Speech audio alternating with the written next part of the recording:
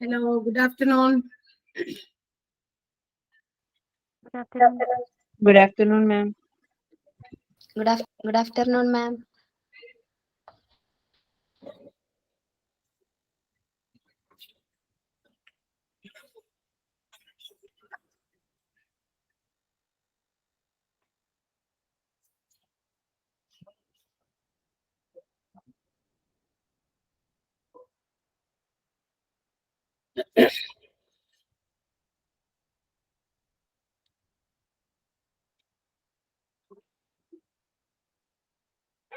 കേൾപ്പിയോ എല്ലാവരും?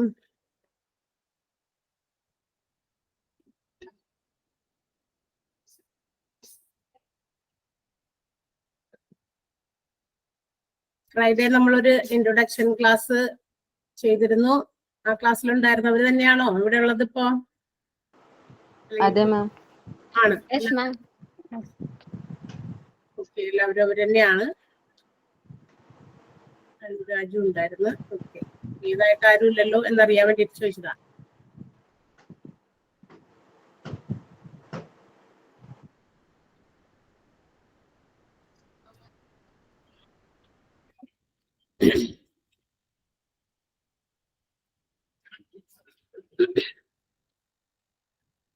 നമുക്ക് സ്റ്റാർട്ട് ചെയ്യാം അല്ലേ?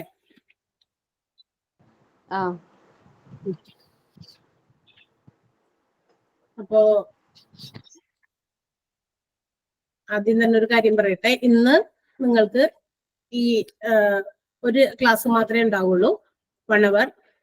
നാളെ മുതൽ 1:30 to 3:30 വരെ, 1:30 to 3:30 വരെ ക്ലാസ് ഉണ്ടായിരിക്കും കേട്ടോ. 2 ക്ലാസ്സുകൾ 2 ആളുകളായിട്ട് 2 ടീച്ചേഴ്സായിട്ടായിരിക്കും എടുക്കുക. അപ്പൊ ഇന്ന് ഈ ഒരു ആദ്യത്തെ ക്ലാസ് മാത്രമേ ഉള്ളൂ എന്നാണ് പറഞ്ഞേക്കണേ. അപ്പോ നമുക്ക് തുടങ്ങാം. നമ്മൾ പഠിക്കുന്ന കോഴ്സിന്റെ പേരെന്താ? ഹോസ്പിറ്റൽ അഡ്മിനിസ്ട്രേഷൻ ആണ് അല്ലെ? എന്താണ് അഡ്മിനിസ്ട്രേഷൻ എന്ന വാക്കിന്റെ അർത്ഥം? എന്താ മീനിങ്? എന്താ അഡ്മിനിസ്ട്രേറ്റ് ചെയ്യാന്ന് പറഞ്ഞ? അഡ്മിനിസ്ട്രേഷൻ എന്താ അതിന്റെ മീനിങ്?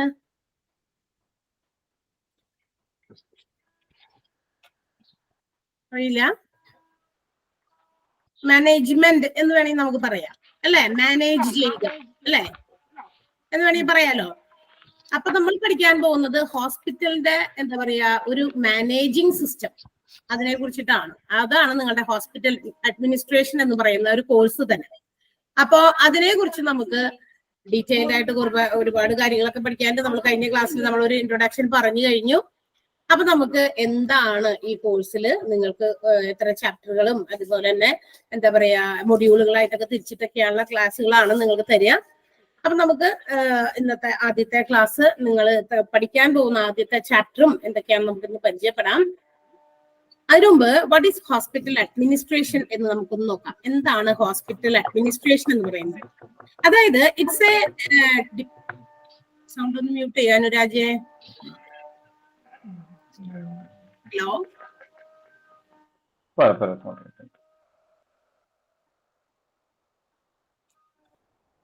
ഓക്കെ.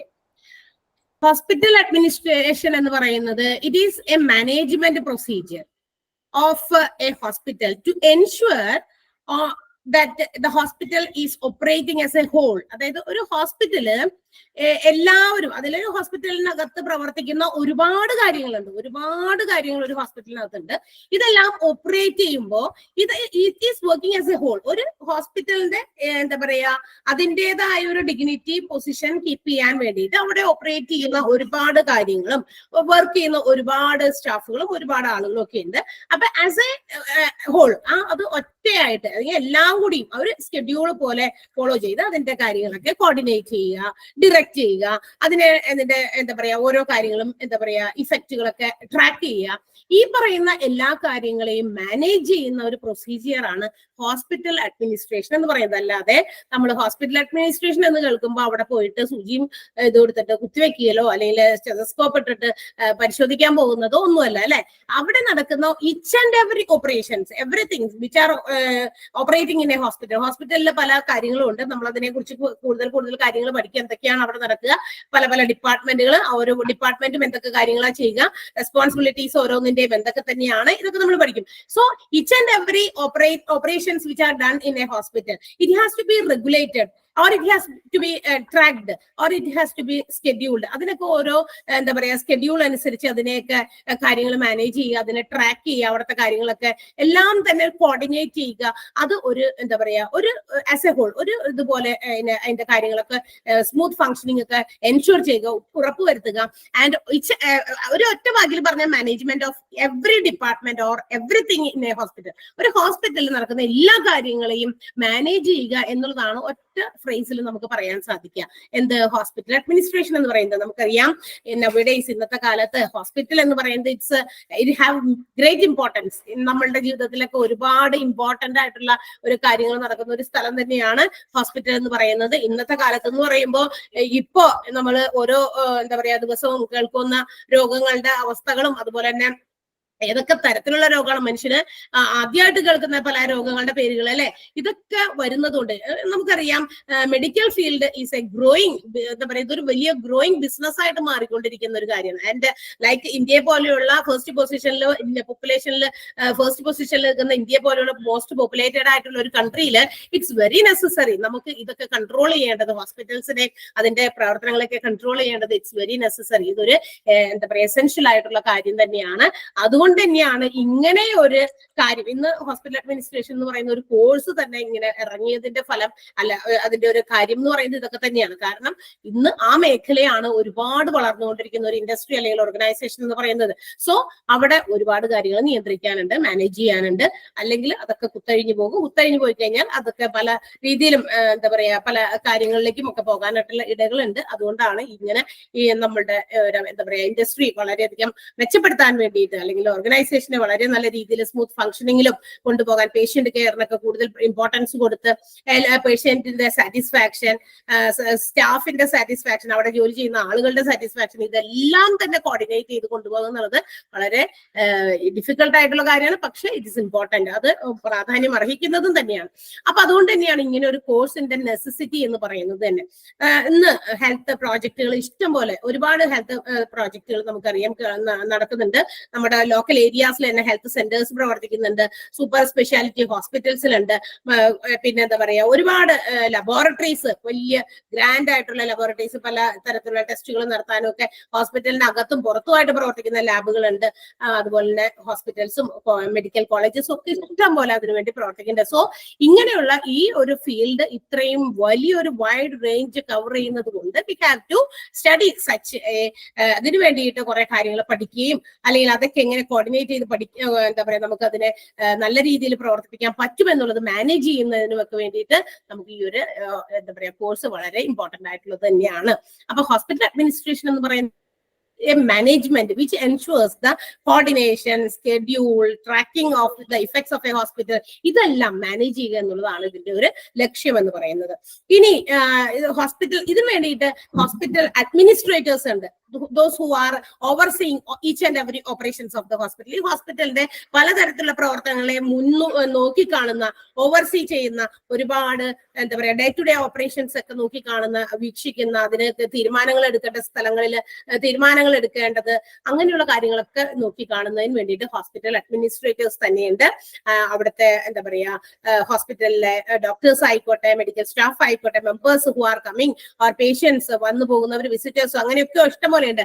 ആൻഡ് ഇവരെയൊക്കെ എന്താ ചെയ്യാ മാനേജ് ചെയ്യുക എന്നുള്ളതും and also they have to ensure the efficient, അത് വളരെയധികം എഫിഷ്യന്റ് ആയിട്ടുള്ള ട്രെയിൻഡ് ആയിട്ടുള്ള സ്റ്റാഫ് അവരെ അക്വയർ ചെയ്യേണ്ടതൊക്കെ വളരെ ഇമ്പോർട്ടന്റ് ആയിട്ടുള്ള കാര്യമാണ്. അപ്പൊ ഓരോ മേഖലയും ഹോസ്പിറ്റലിനകത്ത് പ്രവർത്തിക്കുന്ന ഒരുപാട് കാര്യങ്ങൾ ഇതെല്ലാം മാനേജ് ചെയ്യുക എന്നുള്ളതാണ് ഇതിന്റെ മൊത്തത്തിലുള്ള ഒരു കാര്യം എന്ന് പറയുന്നത്. So while we are studying this hospital administration course. അപ്പൊ അങ്ങനെയാണെങ്കിൽ നമ്മൾ ഇത് പഠിക്കുന്ന സമയത്ത് നമുക്ക് ഹോസ്പിറ്റലിനകത്ത് എന്തൊക്കെ ഉണ്ടെന്ന് നമ്മൾ ആദ്യം തന്നെ അറിയണം അല്ലെ. അപ്പൊ അതിനകത്ത് എന്തൊക്കെയുണ്ടെന്നും അപ്പൊ എവിടേക്കാണ് നമ്മൾ അതിന്റെ കൺട്രോളിങ് മാനേജ്മെന്റ് ഒക്കെ കൊണ്ടുവരേണ്ടതെന്നൊക്കെ നമുക്ക് അറിയണം. So let's C. ഫസ്റ്റ് നമ്മൾ പഠിക്കാൻ പോകുന്ന ഒരു ചാപ്റ്റർ ആണ്, ആദ്യത്തെ ചാപ്റ്റർ ആണ്. നിങ്ങൾ കാണിച്ചു തരാം നോട്ട് നോക്കാം. Different departments in a hospital. ഇതാണ് നമ്മളുടെ ചാപ്റ്റർ കേട്ടോ, ആദ്യത്തെ ചാപ്റ്റർ. അപ്പൊ നമ്മൾ ആദ്യം തന്നെ ഒരു ഹോസ്പിറ്റലിലെ ഏതൊക്കെ ഡിപ്പാർട്ട്മെന്റുകളാണ് പ്രവർത്തിക്കുന്നതെന്ന് അറിയണ്ടേ അല്ലെ. ഹോസ്പിറ്റലിനകത്ത് എന്തൊക്കെ കാര്യങ്ങളുണ്ടോ അവിടെയുള്ള എല്ലാ ഡേ ടു ഡേ ഓപ്പറേഷൻസിനെയും സ്കെഡ്യൂൾ ചെയ്യുക, കോർഡിനേറ്റ് ചെയ്യുക, അതിനെയൊക്കെ ഓവർസീ ചെയ്യുക, അതൊക്കെ വളരെ നല്ല രീതിയിൽ ഇഫക്റ്റീവ് ആയിട്ട് വർക്ക് ചെയ്യുന്നുണ്ടോ എന്ന് ട്രാക്ക് ചെയ്യുക, ഇതെല്ലാം ഉറപ്പുവരുത്തുക, എൻഷുർ ചെയ്യുക എന്നുള്ളതാണ് ഹോസ്പിറ്റൽ അഡ്മിനിസ്ട്രേറ്ററിന്റെ ജോലി. So first we have to understand which are the departments working in a hospital. ഒരു ഹോസ്പിറ്റലിൽ ഓപ്പറേറ്റ് ചെയ്യപ്പെടുന്ന ഡിപ്പാർട്ട്മെന്റുകൾ ഏതൊക്കെയാണ് എന്ന് നമ്മൾ ആദ്യം തന്നെ അറിയണം.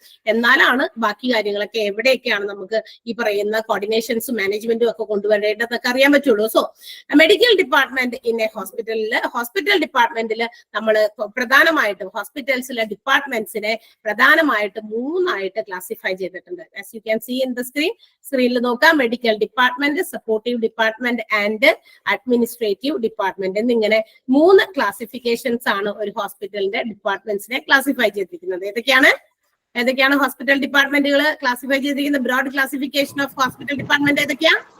Medical department, supportive department, administrative department. അപ്പൊ നമുക്കറിയാം എന്തായിരിക്കും അപ്പൊ ഈ ഓരോ ഡിപ്പാർട്ട്മെന്റ് ഇങ്ങനെ ക്ലാസിഫൈ ചെയ്തിരിക്കുന്നതിന്റെ കാര്യം എന്തായിരിക്കാം? മെഡിക്കൽ ഡിപ്പാർട്ട്മെന്റ് എന്ന് പറയുമ്പോൾ അവിടെ നടക്കുന്നത് മുഴുവൻ എന്തായിരിക്കും? ചികിത്സാപരമായിട്ടുള്ളത് അല്ലെ. ചികിത്സയ്ക്ക് നേരിട്ട് എങ്ങനെയൊക്കെയാണ് പേഷ്യൻസ് വരുന്നതിന്റെ പോകുന്നതിന്റെ അടിസ്ഥാനത്തില് അപ്പൊ മെഡിക്കലുമായി ബന്ധപ്പെട്ടതാണ്. Supportive departments which are the departments which supports the ഹോസ്പിറ്റലിന്റെ എന്താ പറയാ ഈ ട്രീറ്റ്മെന്റിന് വരുന്ന ആളുകൾക്ക് മറ്റേതെങ്കിലും തരത്തിലുള്ള സേവനങ്ങൾ കൂടി ലഭ്യമാക്കണമായിരിക്കും അല്ലെ.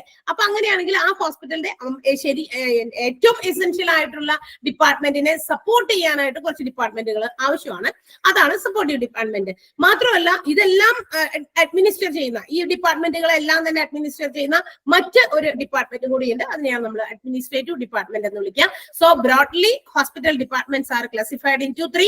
3 വളരെ വിശാലമായിട്ട് ഹോസ്പിറ്റൽ ഡിപ്പാർട്ട്മെന്റിനെ ക്ലാസിഫൈ ചെയ്തിരിക്കുന്നത്. Medical department, supportive department and administrative department. So let's see what is medical department. അപ്പൊ medical department again it is classified into 2. 2 തരംതിരിച്ചിരിക്കുന്നത്.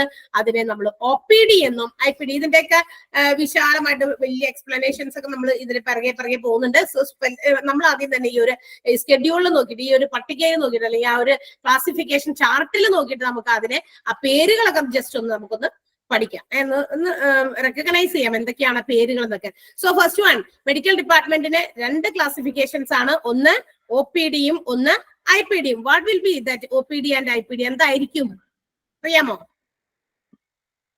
OPDയും IPDയും എന്തായിരിക്കും? OPD out patient department. Correct ആണ്. നമ്മൾ സാധാരണ ഇതൊക്കെ ഹോസ്പിറ്റലിലൊക്കെ പോകുന്നതല്ലേ.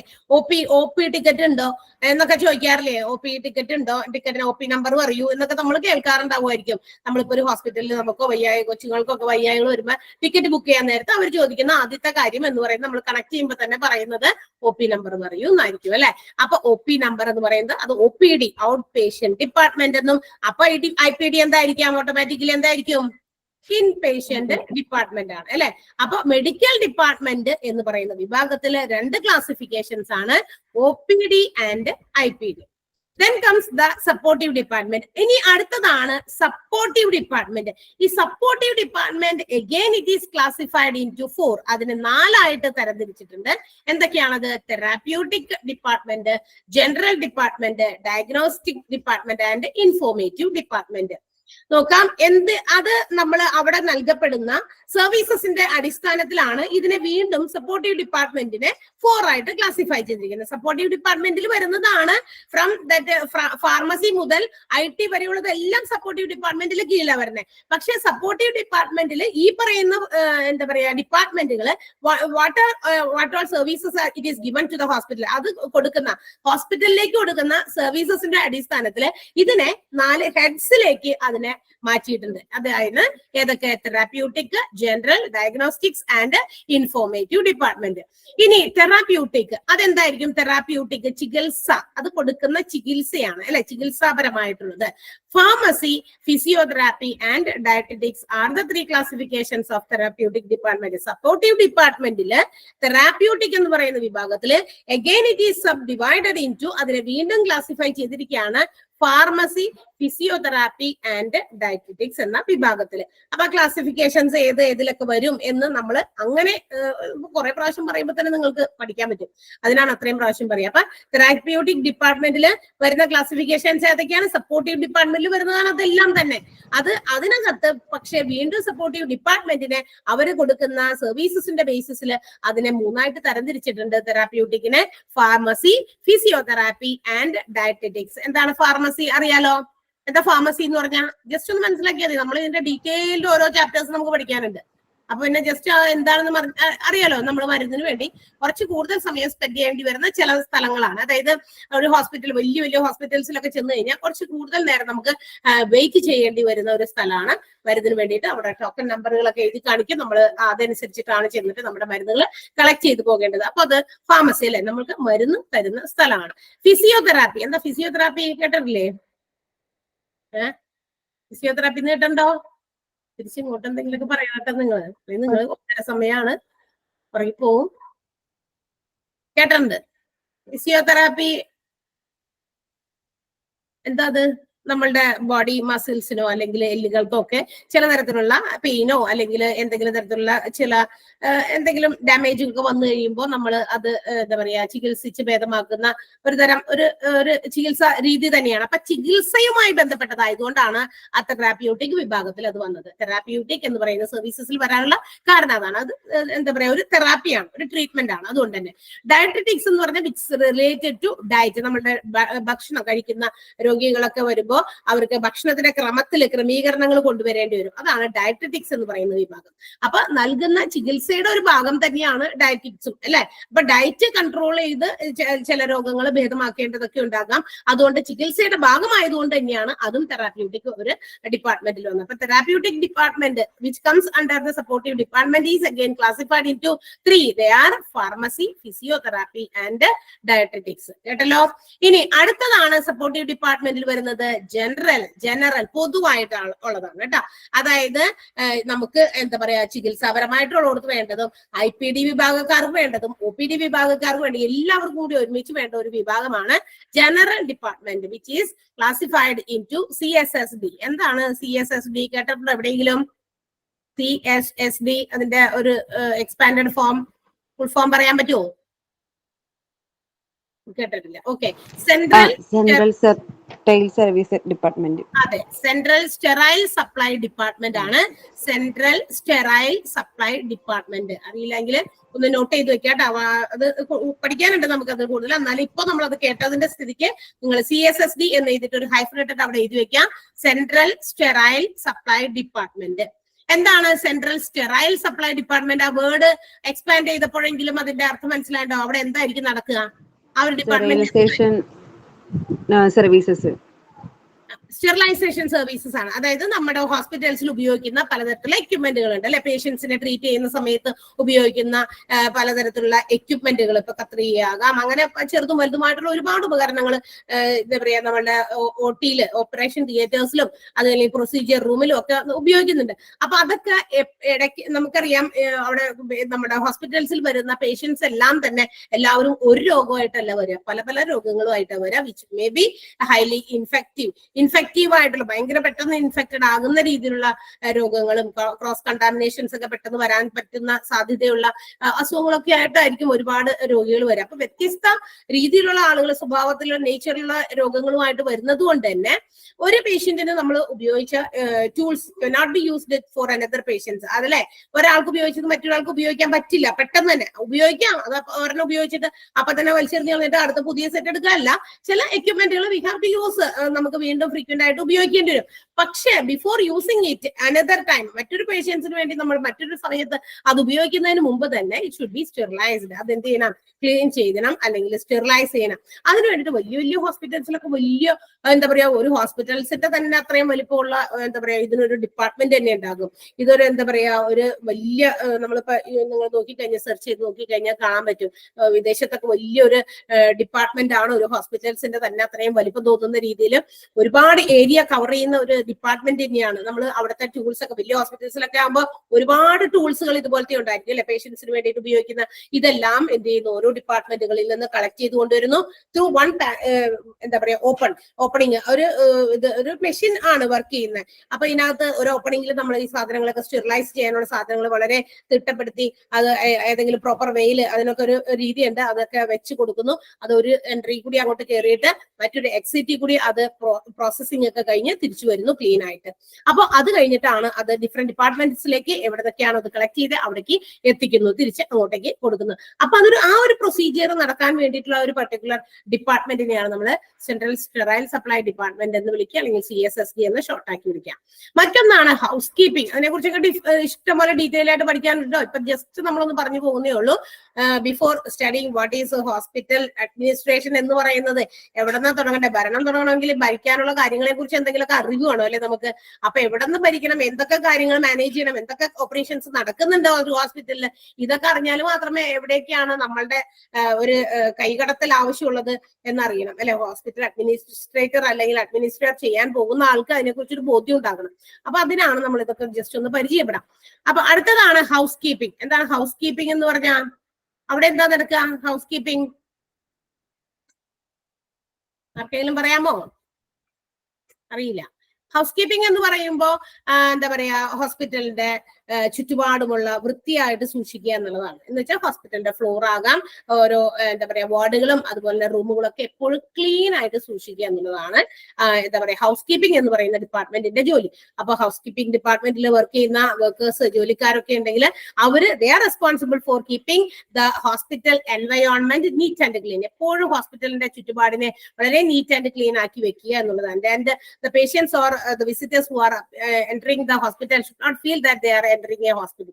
ഒരു ഹോസ്പിറ്റലിലാണ് അവർ കയറുന്നത് എന്നുള്ള ഒരു ഫീലിംഗ് കൊടുക്കാത്ത രീതിയിൽ എപ്പോഴും വളരെ മനോഹരമായിട്ടും വൃത്തിയായിട്ടും ഒക്കെ സൂക്ഷിക്കുക അല്ലെ. അതാണ് ഹൗസ് കീപ്പിംഗ് ഡിപ്പാർട്ട്മെന്റ് എന്ന് പറയാം. അടുത്ത എന്താണ്? കിച്ചൺ, ക്യാൻറ്റീൻ എന്നൊക്കെ നമ്മൾ പറയും. Kitchen which supplies food for the staff and also for the inpatients or other visitors. അതായത് അവിടെ വരുന്ന രോഗികളെ കാണാൻ വരുന്ന വിസിറ്റേഴ്സ് ആയിക്കോട്ടെ, അല്ലെങ്കിൽ എന്താ പറയാ അവിടെ പേഷ്യൻസ് ആയിട്ട് കിടക്കുന്നവരായിക്കോട്ടെ, അല്ലെങ്കിൽ സ്റ്റാഫ് ആയിക്കോട്ടെ. ചിലപ്പോ അവിടുത്തെ ഡയറ്റീഷ്യൻ ഒക്കെ റെഫർ ചെയ്യുന്ന രീതിയിലുള്ള ഫുഡുകൾ അവിടെ ഉള്ള പേഷ്യൻസിന് ഇൻപേഷ്യൻസിന് കൊടുക്കേണ്ടി വരും. സോ അതൊക്കെ വളരെ ഹൈജീനിക് ആയിട്ട് പ്രിപ്പയർ ചെയ്ത് മാത്രമേ ഇവിടെ കൊടുക്കാൻ പറ്റുള്ളൂ. നമുക്കറിയാം രോഗികളാണ് ഹോസ്പിറ്റൽസിൽ കൂടുതലും വരിക അല്ലെ, അല്ലാതെ എന്തെങ്കിലും എന്താ പറയാ വിസിറ്റ് ചെയ്യാനോ വെറുതെ വന്നിട്ട് ഒരു മുറി എടുത്ത് താമസിക്കാനോ ഒന്നും വരുന്നവരല്ലല്ലോ. അതിനൊക്കെ ഹോട്ടൽസ് ഒക്കെ ഉണ്ട്, വലിയ വലിയ 5 സ്റ്റാർ ഹോട്ടൽസ് ഒക്കെ ഉണ്ട്. അതല്ല, ഇവിടെ വരുന്നവരെല്ലാവരും തന്നെ രോഗികളാണ്. അപ്പൊ രോഗികളുടെ രോഗം ഭേദമാക്കാനാണ് വരിക. ഇപ്പൊ അവർക്ക് കൊടുക്കുന്ന ഫുഡില് എന്തെങ്കിലും തരത്തിലുള്ള എന്താ പറയാ വൃത്തിയില്ലാതെയോ ഹൈജീനിക് അല്ലാതെയോ ഒക്കെ പ്രിപ്പയർ ചെയ്തു, അല്ലെങ്കിൽ തുറന്നു വെച്ചു, അല്ലെങ്കിൽ നല്ല രീതിയിലുള്ള പ്രിപ്പറേഷൻസ് ഒന്നും നടത്തിയില്ല എങ്കിൽ it will cause danger rather than curing their illness. അവരുടെ രോഗം ഭേദമാക്കുന്നതിനേക്കാള് കൂടുതൽ ചിലപ്പോൾ വലിയ വലിയ അപകടത്തിലേക്ക് പോകാനും സാധ്യതയുണ്ട്. ഇൻഫെക്ഷൻസ് കൂടുതൽ വരാൻ സാധ്യതയുണ്ട്. ആർക്ക്? പേഷ്യൻസിന്. രോഗമുള്ളപ്പോഴാണ് നമുക്ക് വീണ്ടും വീണ്ടും പല പല രോഗങ്ങൾ കടന്നു പിടിക്കാം. അല്ലാന്നുണ്ടെങ്കിൽ കുഴപ്പമില്ല. അപ്പൊ അത്തരം ആളുകൾക്കൊക്കെ ഫുഡൊക്കെ വളരെ ഹൈജീനിക് ആയിട്ട് പ്രൊവൈഡ് ചെയ്യുന്ന ക്യാൻറ്റീൻ, കിച്ചൺ, ആ ഡിപ്പാർട്ട്മെന്റ് ആണ് കിച്ചൺ എന്ന് പറയുന്നത്. ലോണ്ടറി, അടുത്തത് ലോണ്ടറി. എന്താ? അപ്പൊ എന്തായിരിക്കും ലോണ്ടറി? ഹൗസ് കീപ്പിംഗ് നമ്മൾ ഓൾറെഡി പറഞ്ഞു. അപ്പൊ എന്തായിരിക്കും ലോണ്ടറി? രണ്ടും തന്നെയായിരിക്കും. അലക്ക മറ്റേ തുണികളൊക്കെ ബെഡ്ഷീറ്റൊക്കെ എന്നുള്ളതാണ്. അതായത് അവിടെ യൂസ് ചെയ്യുന്ന ഹോസ്പിറ്റൽസിൽ വരുന്ന ആളുകളുടെ ഒക്കെ ഡ്രസ് മേടിച്ചുകൊണ്ടുപോയി തുണി തരുമെന്നല്ലട്ടോ ഇവിടെ ഉദ്ദേശിക്കുന്നത്. അവിടെ ഹോസ്പിറ്റൽസിൽ ഇപ്പൊ ഇൻപേഷ്യൻസ് ഒക്കെ കിടക്കുന്നുണ്ടെങ്കിൽ അവർക്ക് കൊടുത്തിരിക്കുന്ന ബെഡിൽ വിരിച്ചിരിക്കുന്ന കവറുകള്, പില്ലോസ്, മറ്റു കാര്യങ്ങളും ഒക്കെ ക്ലീൻ ചെയ്യുക. അതിപ്പോ വൺസ് അല്ലെങ്കിൽ ട്വൈസ് ചിലപ്പോ 2 days കൂടുമ്പോഴോ ഒക്കെ എന്ത് ചെയ്യുക, അതൊക്കെ ചേഞ്ച് ചെയ്താൽ എന്ത് ചെയ്യുക, മടക്കിയിട്ട് അവിടെ മാറ്റി വെച്ചിട്ട് പിന്നെ അപ്പൊ തന്നെ കൊണ്ടുവന്ന് പിറ്റേ ദിവസം 2 ദിവസം കഴിഞ്ഞ് അതിന് എടുത്തിടലാണോ? അല്ല, മാറ്റുന്നതൊക്കെ അപ്പൊ തന്നെ ലോണ്ടറി സർവീസസിലേക്ക് കൊടുക്കാം. That means to wash and clean. അതൊക്കെ ഇൻഫെക്റ്റഡ് ആയിട്ടുള്ളത് കൊണ്ടായിരിക്കും, ബാക്ടീരിയാസ് ഉള്ളതൊക്കെ ഉണ്ടായിരിക്കും. അതൊക്കെ കൊണ്ടുപോയി ക്ലീൻ ചെയ്ത് കൊണ്ടുവരാനുള്ള ഒരു റെസ്പോൺസിബിലിറ്റിയാണ് ഈ ലോണ്ടറി ഡിപ്പാർട്ട്മെന്റിൽ ഉള്ളത്. പിന്നെന്താണ് ഹോസ്പിറ്റലിൽ മറ്റു വരുന്ന എന്താണ്? സെക്യൂരിറ്റി. എന്താ? സെക്യൂരിറ്റി തന്നെയാണ്. അതായത് നമ്മുടെ ഹോസ്പിറ്റലിന്റെ എല്ലാ അകത്തേക്ക് പ്രവേശിക്കുന്നതും പുറത്തേക്ക് പോകുന്നതും ആയിട്ടുള്ള ആളുകൾ ഒക്കെ എന്താ പറയാ ഒരു വിധമൊക്കെ ഫസ്റ്റ് മീറ്റ് ചെയ്യേണ്ട ഒരാളാണ് സെക്യൂരിറ്റി. അവിടുത്തെ സെക്യൂരിറ്റി സെക്യൂരിറ്റി സിസ്റ്റം, അത് വളരെ ഇമ്പോർട്ടന്റ് ആയിട്ടുള്ള ഒരു മേഖല തന്നെയാണ്. അതും ഉറപ്പുവരുത്തേണ്ടത് ഈ പറഞ്ഞ പോലെ സ്പോർട്സ് ഡിപ്പാർട്ട്മെന്റിന്റെ റെസ്പോൺസിബിലിറ്റിയിൽ വരുന്നതാണ്. മറ്റൊന്ന് മെയിൻ്റനൻസ് ആണ്. If there is any repairments or maintenance in a hospital regarding the power supply, അല്ലെങ്കിൽ എന്താ പറയാ മെഷീൻസ്, ഒരുപാട് മെഷീൻസ് ഒക്കെ പ്രവർത്തിക്കുന്ന ഒരു സ്ഥലമാണല്ലോ ഹോസ്പിറ്റൽസ്. പലതരത്തിലുള്ള മെഷീൻസ് ഉണ്ട്. ഇപ്പോ കാർഡിയോ വിഭാഗത്തിലാണെങ്കിൽ എന്താ പറയാ എക്കോ എടുക്കുന്ന മെഷീൻസ് ഉണ്ടാകും, അതുപോലെ തന്നെ മറ്റേ എന്താ പറയാ ആൻജിയോ എടുക്കുന്ന മെഷീൻസ്. അപ്പൊ ഒത്തിരി മെഷീൻസ് അവിടെ യൂസ് ചെയ്യുന്നുണ്ട്. അവര് അതൊക്കെ വളരെ കൃത്യമായിട്ട് എപ്പോഴും വർക്കിംഗ് കണ്ടീഷനിലായിരിക്കണം. If it is not working properly അവിടെ പലതരത്തിലുള്ള റഷ്, തിരക്കും കൂടാൻ സാധ്യതയുണ്ട്. പിന്നെ പേഷ്യൻസിനെ നല്ല രീതിയിൽ അപ്പോൾ നമുക്ക് അവരുടെ കാര്യങ്ങൾക്ക് റിസൾട്ട് എടുത്തിട്ട് വേണമായിരിക്കും ചിലപ്പോൾ ഫർദർ ട്രീറ്റ്മെന്റിലേക്ക് പോകാനായിട്ട്. അപ്പൊ അത് ചിലപ്പോൾ കൊടുക്കാൻ വൈകും. അങ്ങനെ ഒരുപാട് ബ്രേക്കേജ് വരാൻ സാധ്യതയുണ്ട്. So for the smooth functioning of a hospital maintenance department is very essential അല്ലെ. മെയിൻ്റനൻസ് ഡിപ്പാർട്ട്മെന്റ് കൂടിയേ തീരൂ. ഇപ്പൊ ഇൻപേഷ്യൻസ് കിടക്കുന്ന അവരുടെ മുറിയുടെ ടോയ്ലറ്റ് അല്ലെങ്കിൽ വാഷ്റൂം അങ്ങനെ എന്തെങ്കിലും ഒക്കെ ഉണ്ടെങ്കിൽ അത് അവിടെയൊക്കെ പൈപ്പൊക്കെ എന്തെങ്കിലും വെള്ളം ഇങ്ങനെ വെറുതെ പോയിക്കൊണ്ടിരിക്കുക, അല്ലെങ്കിൽ പൈപ്പ് വർക്ക് ചെയ്യുന്നില്ല, ഇപ്പൊ ഹോട്ട് വാട്ടർ വേണ്ട പേഷ്യന്റ് ആണെങ്കിൽ അവർക്ക് അതൊരു സിസ്റ്റം അത് ഫെയിലിയർ ആയിട്ട് കിടക്കുന്നു. ഇതൊക്കെ എല്ലാം മെയിൻറ്റെയിൻ ചെയ്ത് തന്നെ പോകണം. അപ്പൊ മെയിൻ്റനൻസ് ഡിപ്പാർട്ട്മെന്റ് വളരെ ഇമ്പോർട്ടന്റ് ആയിട്ടുള്ള ഒരു കാര്യമാണ്. മറ്റൊന്നാണ് മോർച്ചറി എന്ന് പറയുന്നത്. മോർച്ചറി ഡെഡ് പീപ്പിളിന്റെ ബോഡീസ് സൂക്ഷിക്കുന്ന സ്ഥലമാണ്. ഒരു ഹോസ്പിറ്റൽസിന് അത്യാവശ്യം വേണ്ട മറ്റൊരു വിഭാഗമാണ് മോർച്ചറി സർവീസസ് എന്ന് പറയുന്നത്. അപ്പം ജനറൽ വിഭാഗത്തിൽ, അതായത് സപ്പോർട്ടീവ് ഡിപ്പാർട്ട്മെന്റിന്റെ ജനറൽ ഡിപ്പാർട്ട്മെന്റിൽ വരുന്ന കുറച്ച് ക്ലാസിഫിക്കേഷൻസ് ആണ്. ഏതൊക്കെയാണത് ജനറൽ ഡിപ്പാർട്ട്മെന്റിൽ വരുന്ന ഏതൊക്കെയാ വായിച്ചേ? ഞാൻ മാത്രം പറഞ്ഞു പോകും. House keeping, kitchen, laundry, security, maintenance, mortuary. നോക്കിയേ, നിങ്ങൾക്കത് ആ വേർഡ്, അതായത് CSSD കേൾക്കുമ്പോൾ കണക്ട് ചെയ്ത് അതിനെ ഒന്ന് ഡിഫൈൻ ചെയ്യാൻ ഒരു കുഞ്ഞ് ഒരു ഫ്രേസ് എങ്കിലും അറിയണം കയ്യില്. CSSD central sterile supply department ആണ്. ഇവിടെ എന്താ നടക്കുക? Sterilization of the equipments and tools which are used in a hospital അല്ലെ. അവിടെ ഹോസ്പിറ്റലിൽ ഉപയോഗിക്കുന്ന ടൂൾസ് എക്യുപ്മെന്റ്സ് ഒക്കെ സ്റ്റെറിലൈസ് ചെയ്യുന്ന വിഭാഗമാണ് ഹൗസ് കീപ്പിംഗ്. അപ്പൊ തന്നെ ഓർമ്മ തന്നെ അല്ലെ. To keep the environment of the hospital neat and clean. ഹോസ്പിറ്റലിന്റെ അറ്റ്മോസ്ഫിയർ ക്ലീൻ അല്ലെങ്കിൽ എൻവയോൺമെന്റ് ക്ലീൻ ആൻഡ് നീറ്റ് ആയിട്ട് സൂക്ഷിക്കുക. അപ്പൊ അങ്ങനെ കണക്ട് ചെയ്ത് പറയാൻ ഒരു കുഞ്ഞ് പാർട്ട്, ഒരു ഇത് സെന്റൻസ് ഫുൾ ആയിട്ട് വേണമെന്നില്ല, ഓൺലി എ ഫ്രേസ്, ഒരു 2-3 വാക്കുകൾ ചേർത്ത് ഒന്ന് ഡിഫൈൻ ചെയ്യാനായിട്ട് നമുക്ക് അറിഞ്ഞിരിക്കണം. ഓക്കെ, ക്ലിയർ ആയോ ഇത്രയും വരെ? ഓക്കെ. ദെൻ അടുത്തത് നമ്മുടെ സപ്പോർട്ടീവ് ഡിപ്പാർട്ട്മെന്റിൽ വരുന്ന നെക്സ്റ്റ് ഒരു ഡിപ്പാർട്ട്മെന്റ് ആണ് ഡയഗ്നോസ്റ്റിക്. ഇവിടെ ഡയഗ്നോസിസ് ചെയ്യുക എന്ന് പറഞ്ഞാൽ എന്താ അർത്ഥം? അതായത് ഫോർ ഫർദർ ട്രീറ്റ്മെന്റ്. ഇപ്പൊ നമ്മൾ ഒരു പനിയായിട്ട് ചെല്ലുന്നു, ഡോക്ടർ ഇങ്ങനെ സാധനമൊക്കെ വെച്ച് നോക്കി, ഓക്കെ ഇതിപ്പോ സാധാരണ വരുന്ന വൈറൽ ഫീവർ ആണ്, ഓക്കെ കുഴപ്പമൊന്നുമില്ല, അതിനുള്ള മരുന്നുകൾ അവരെന്ത് ചെയ്യുന്നു, പ്രിസ്ക്രൈബ് ചെയ്യുന്നു, നമ്മളത് ഫാർമസി പോയി വാങ്ങിക്കുന്നു, നേരെ വീട്ടിലേക്ക് പോകുന്നു അല്ലെ. If the fever is not lessening, അത് കുറയുന്നില്ല എങ്കിൽ നമ്മൾ കഴിക്കുമ്പോൾ കുറയും, കുറച്ച് കഴിയുമ്പോൾ വീണ്ടും വരുന്നു, ഇത്ര മണിക്കൂർ ഇടവേളകളിൽ വീണ്ടും പനി വന്നുകൊണ്ടിരിക്കുന്നു.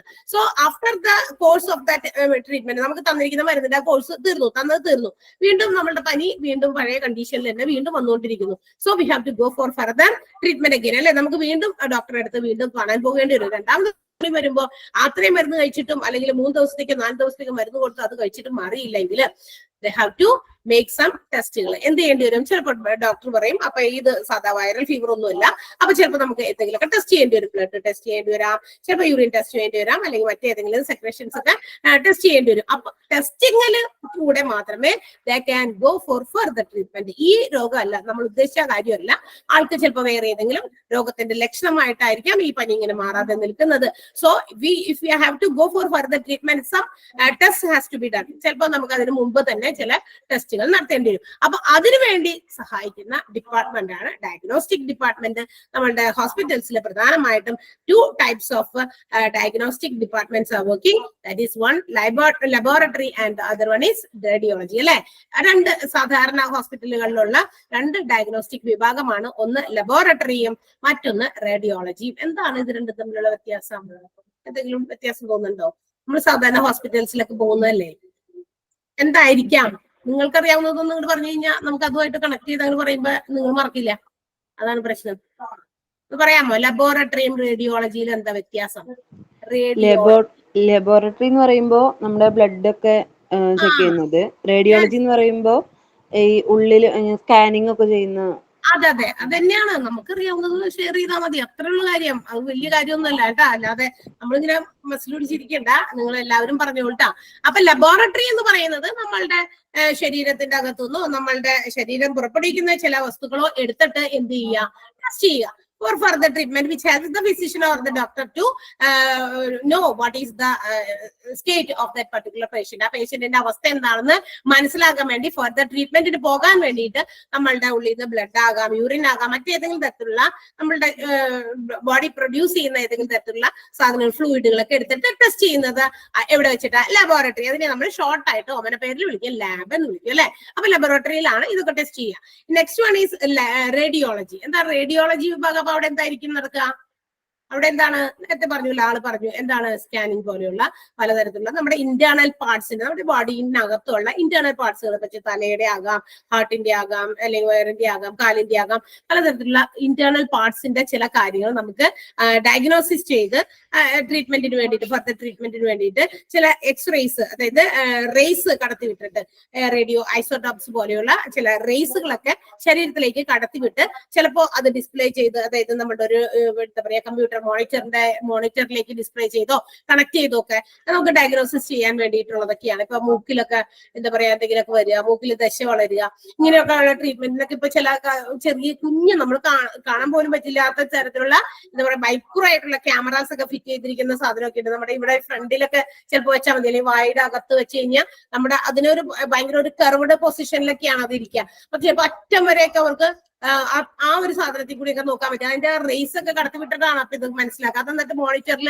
നമുക്കത് ഡിസ്പ്ലേ ചെയ്ത് കാണാൻ പറ്റും, എവിടെയാണ് എന്തെങ്കിലുമൊക്കെ കുഴപ്പങ്ങളൊക്കെ ഉണ്ടെങ്കിൽ ഡയഗ്നോസിസ് ചെയ്യാൻ വേണ്ടി. അതുകൊണ്ടാണ് ആ രണ്ട് തരത്തില് അത് വരുന്നത് കൊണ്ടാണ് നമ്മൾ അതിനെ രണ്ടായിട്ട് തരംതിരിച്ചിരിക്കുന്നത്. ഒന്ന് ലബോറട്ടറി എന്നും ഒന്ന് റേഡിയോളജി എന്നും. ചില റേസ് കടത്തിവിട്ട് ഇന്റേണൽ ഓർഗൻസിന്റെ അവസ്ഥകൾ മനസ്സിലാക്കുന്നതാണ് റേഡിയോളജി. ലാബ് മീൻസ് നമ്മുടെ ശരീരത്തിനകത്ത് നിന്ന് പുറപ്പെടുവിക്കുന്ന ചില വസ്തുക്കൾ എടുത്തിട്ട് എന്ത് ചെയ്യുന്നത്, ടെസ്റ്റ് ചെയ്യുന്നതാണ്. അത് പുറത്തേക്ക് എടുത്തിട്ടാണ് ടെസ്റ്റ് ചെയ്യുന്നത്. ഓക്കെ, ക്ലിയർ ആയോ ഇത്രയും വരെ? Okay, so the next one, അതായത് സപ്പോർട്ടീവ് ഡിപ്പാർട്ട്മെന്റിൽ fourth one is informative department. Informations ആണ്. കേൾക്കുമ്പോൾ തന്നെ നമുക്ക് ആ വാക്കിന് മനസ്സിലാകും എന്താണ് ഇൻഫോർമേറ്റീവ് ഡിപ്പാർട്ട്മെന്റ്. അതിനെ രണ്ടായിട്ട് തരംതിരിച്ചിട്ടുണ്ട്, മെഡിക്കൽ റിസോഴ്സസ് ആൻഡ് IT. അതായത് information about the medical resources. ഒരു മെഡിക്കലില്, അതായത് നമ്മുടെ ഹോസ്പിറ്റലിൽ എന്തൊക്കെ തരത്തിലുള്ള റിസോഴ്സസ് ഉണ്ട് അതിനെ കുറിച്ചുള്ള ഇൻഫോർമേഷൻസ്. IT എന്ന് പറയുമ്പോൾ information technology, that means which is relating to the patients. അവിടെയുള്ള എന്താ പറയാ സ്റ്റാഫിന്റെ പേയ്മെന്റ്, പേറോള്, മറ്റു കാര്യങ്ങളും എല്ലാ കാര്യങ്ങളും അവിടെ എന്താ പറയാ കമ്പ്യൂട്ടറൈസ്ഡ് ആയിട്ട് എന്ത് ചെയ്തിട്ടുണ്ടായിരിക്കും, സേവ് ചെയ്ത് സൂക്ഷിച്ചിട്ടുണ്ടായിരിക്കും. So whenever they are needed, അവർക്ക് എപ്പോഴൊക്കെയോ ആണോ ചില കാര്യങ്ങളെ കുറിച്ച് ഇൻഫോർമേഷൻസ് റിട്രീവ് ചെയ്ത് എടുക്കേണ്ടതെന്ന് വെച്ച് കഴിഞ്ഞാൽ അറ്റ് ദാറ്റ് ടൈം അവർക്ക് അപ്ഡേറ്റ് ചെയ്ത് എടുക്കാൻ പറ്റുന്ന ഒരു ഇൻഫോർമേഷൻ സിസ്റ്റം, അതായത് IT-യും എന്തുണ്ടായിരിക്കും ഒരു ഹോസ്പിറ്റലിൽ അവൈലബിൾ ആയിരിക്കണം, അല്ലെങ്കിൽ അത് ഉണ്ടായിരിക്കണം. ആ ഒരു ഡിപ്പാർട്ട്മെന്റും വർക്കിംഗ് ആണ്. അപ്പൊ മെഡിക്കൽ റിസോഴ്സസ് എന്തൊക്കെയാണ് ഒരു ഹോസ്പിറ്റലിന്റെ റിസോഴ്സസ്, അതിനെ കുറിച്ചുള്ള ഇൻഫോർമേഷൻസും, അതുപോലെ തന്നെ മെഡിക്കൽ സ്റ്റാഫ് അല്ലെങ്കിൽ വർക്കേഴ്സ്, അല്ലെങ്കിൽ അവിടെയുള്ള മെറ്റീരിയൽസ്, അവിടെയുള്ള അസറ്റുകൾ, അവിടെ മെഷീൻസ്, അവർക്കൊക്കെ എത്ര പേയ്മെന്റുകൾ ഓരോ എംപ്ലോയീസിനും കൊടുക്കുന്നു, അങ്ങനെയുള്ള എല്ലാ ഡീറ്റെയിൽസും കൂടി റെക്കോർഡ് ചെയ്ത് വെക്കാൻ വേണ്ടിയിട്ടുള്ള മറ്റൊരു സപ്പോർട്ടീവ് ഡിപ്പാർട്ട്മെന്റ് ആണ് ഇൻഫോർമേറ്റീവ് ഡിപ്പാർട്ട്മെന്റ്. ഇത് രണ്ടായിട്ടാണ് തരംതിരിച്ചേക്കണം. ഒന്ന് മെഡിക്കൽ റിസോഴ്സസ്, അത് ഹോസ്പിറ്റലിനകത്തുള്ള റിസോഴ്സസ്. IT എന്ന് പറയുമ്പോൾ എല്ലാം വിടും, ഇതെല്ലാം സേവ് ചെയ്ത് വെക്കുന്ന ഒരു വിഭാഗം. Okay, and the third classification, which is broadly classified hospital department. ഹോസ്പിറ്റലിന്റെ ഡിപ്പാർട്ട്മെന്റിനെ എന്താ പറയാ ക്ലാസിഫൈ ചെയ്തിരിക്കുന്നതില് മൂന്നാമത്തെ ക്ലാസിഫിക്കേഷൻ ആണ് അഡ്മിനിസ്ട്രേറ്റീവ് ഡിപ്പാർട്ട്മെന്റ്. അതിനെ വീണ്ടും സബ് ഡിവൈഡ് ചെയ്തിട്ടുണ്ട്. Administrative, finance and HR, human resources എന്ന് പറയുന്നത്. അപ്പോ അഡ്മിനിസ്ട്രേറ്റീവ് എന്ന് പറയുമ്പോൾ എന്താ പറയാ overall management of the hospital ആണ്. ഹോസ്പിറ്റലിന്റെ മൊത്തത്തിലുള്ള മാനേജ്മെന്റ് ആണ് അതിന്റെ കീഴിൽ വരിക. എല്ലാവിടെയും മാനേജ് ചെയ്യണം. ഹോസ്പിറ്റലിൽ വർക്ക് ചെയ്യുന്ന ഓരോ സിസ്റ്റംസ്, അതുപോലെ തന്നെ അവിടുത്തെ വർക്കേഴ്സ്, സ്റ്റാഫ്, ഹോസ്പിറ്റലിന്റെ ഓരോ department how it is working, എല്ലാ ഡിപ്പാർട്ട്മെന്റും സ്മൂത്ത് ആയിട്ട് ഫംഗ്ഷൻ ചെയ്യുന്നുണ്ടോ, അവിടെയുള്ള അവർ യൂസ് ചെയ്യുന്ന ഓരോ ഡിപ്പാർട്ട്മെന്റിൽ ഉപയോഗിക്കുന്ന മെഷീൻസുകളൊക്കെ whether it is properly working ആണോ എന്നൊക്കെ മാനേജ് ചെയ്യേണ്ട ഒരു ഒരു വിഭാഗമാണ് അഡ്മിനിസ്ട്രേറ്റീവ് ഡിപ്പാർട്ട്മെന്റ് എന്ന് പറയുന്നത്. ആൻഡ് ഫിനാൻസ് എന്ന് പറയുമ്പോൾ നമുക്കറിയാം finance which is to be provided. അവർക്ക് ഫിനാൻസ് എവിടെ നിന്നൊക്കെ വരുന്നു, എങ്ങോട്ടേക്കൊക്കെ പോകുന്നു, എന്തൊക്കെ എക്യുപ്മെന്റുകൾ വാങ്ങിക്കാനോ അല്ലെങ്കിൽ മെഡിസിൻസ് പർച്ചേസ് ചെയ്യാനോ ഒക്കെ അതിന് ഫിനാൻസ് ആവശ്യമുണ്ട് അല്ലെ. അപ്പൊ അതിന് വേണ്ടിയിട്ട് അതിന്റെ ഒരു ഭരണം എന്ന് പറയുന്നതും വളരെ ഇമ്പോർട്ടന്റ് ആണ്. പിന്നെ human resource which is the most essential part of any organisation. ഹോസ്പിറ്റലിന്റെ മാത്രമല്ല, ഏതൊരു ഓർഗനൈസേഷന്റെയും ഏറ്റവും ഇമ്പോർട്ടന്റ് ആയിട്ടുള്ള ഒരു അസറ്റ്, ഒരു ഏറ്റവും വലിയ ഒരു റേഞ്ച് പിടിച്ചു പറ്റുന്ന ഒരു വിഭാഗം എന്ന് പറയുന്നത് തന്നെ അവിടെ വർക്ക് ചെയ്യുന്ന മനുഷ്യന്മാർ തന്നെയാണ് അല്ലെ. മെൻ ഹ്യൂമൻ റിസോഴ്സിനെ കുറിച്ചിട്ട് വലിയ ചാപ്റ്റർ തന്നെ നമുക്ക് പഠിക്കാൻ കിട്ടും. അപ്പൊ ഇവിടെ ഇത്ര വലിയ വിശദമായിട്ട് നമുക്കൊന്ന് പറയേണ്ടതില്ല. അപ്പൊ ഹ്യൂമൻ റിസോഴ്സ് എന്താണെന്ന് മനസ്സിലാക്കുക. എല്ലാ ഓർഗനൈസേഷൻ, ഹോസ്പിറ്റലിൽ മാത്രമല്ല ഏത് ഓർഗനൈസേഷൻ നമ്മൾ എടുത്താലും അവിടെ ഏറ്റവും കൂടുതൽ നമ്മൾ കൈകാര്യം ചെയ്യേണ്ട ഒരു കാര്യമാണ് എന്തെന്ന് വിളിക്കുന്നത്, ഒരുപാട് അസറ്റുകളൊക്കെ ഓരോ ഓർഗനൈസേഷനിലുണ്ട്.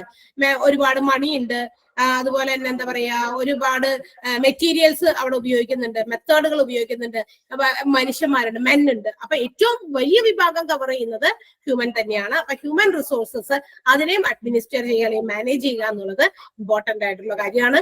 സോ അഡ്മിനിസ്ട്രേറ്റീവ് ഡിപ്പാർട്ട്മെന്റിൽ ഹ്യൂമൻ റിസോഴ്സസും വരുന്നുണ്ട്. അപ്പോ നമ്മുടെ ഹോസ്പിറ്റലിന്റെ ഡിപ്പാർട്ട്മെന്റിനെ പ്രധാനമായിട്ടും ഇമ്പോർട്ടന്റ് ആയിട്ട് എത്രയായിട്ടാണ് തരംതിരിച്ചിരിക്കുന്നത്? എത്രയാ ക്ലാസിഫിക്കേഷൻസ്? 3 ആയിട്ടാണ്. Medical department, supportive department and administrative department. അതില് medical department it is classified into 2, രണ്ടായിട്ട് തരംതിരിച്ചിരിക്കുന്നു. ഏതൊക്കെയാ? OPD and IPD. And IPD. Supportive ഡിപ്പാർട്ട്മെന്റിന് തെറാപ്യൂട്ടിക് ഡിപ്പാർട്ട്മെന്റിൽ ഏതൊക്കെ വരും? സപ്പോർട്ടീവിന്റെ തെറാപ്യൂട്ടിക് ഡിപ്പാർട്ട്മെന്റിൽ ഏതൊക്കെ വരാം?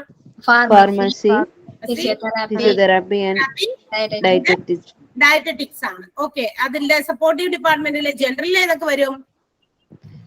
CSSD, housekeeping, kitchen, laundry, security, maintenance and mortuary. പിന്നെ ഡയഗ്നോസ്റ്റിക് വിഭാഗത്തിൽ എന്തൊക്കെ വരും? laboratory and radiology. ഇൻഫോർമേറ്റീവ് ഡിപ്പാർട്ട്മെന്റിൽ എന്തൊക്കെ വരും? Information about the medical resources and IT, information technology, അതാണ് IT എന്ന് പറഞ്ഞാൽ കേട്ടോ. അടുത്തത് അഡ്മിനിസ്ട്രേഷൻ ഡിപ്പാർട്ട്മെന്റിൽ എന്തൊക്കെ വരും? administrative, finance, human resources. Administrative, finance and human resources എന്ന് പറയുന്നത്.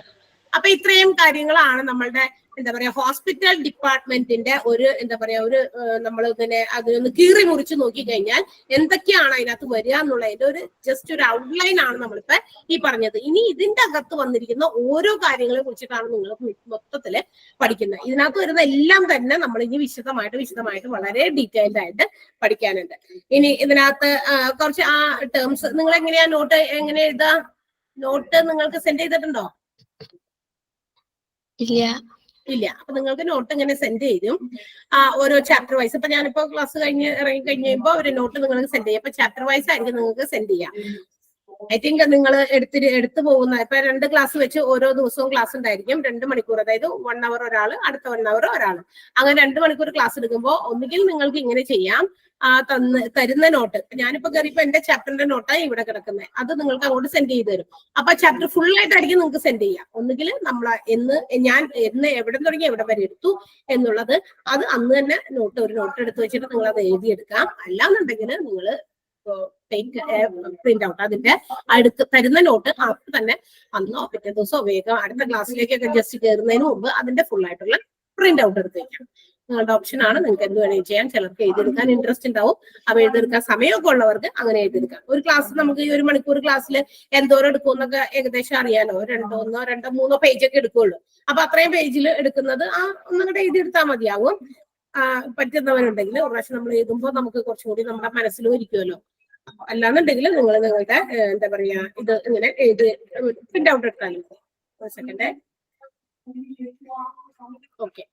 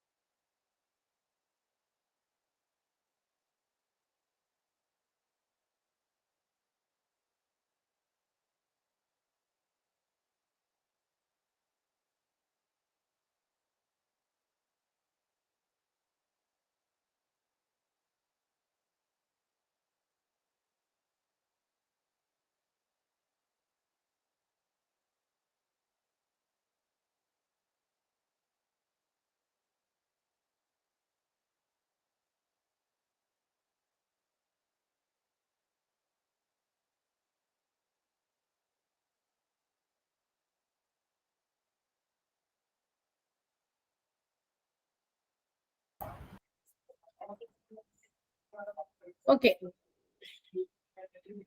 ഇത്ര വരെ എടുത്തത് ക്ലിയർ ആയോ നിങ്ങൾക്ക്? ക്ലിയർ ആയി മാം. ക്ലിയർ ആയി. ഓക്കെ, അപ്പൊ നമുക്ക് ജസ്റ്റ് അടുത്ത ഒരു ഇത് കൂടി എടുക്കാം. ഓക്കെ, നിങ്ങള്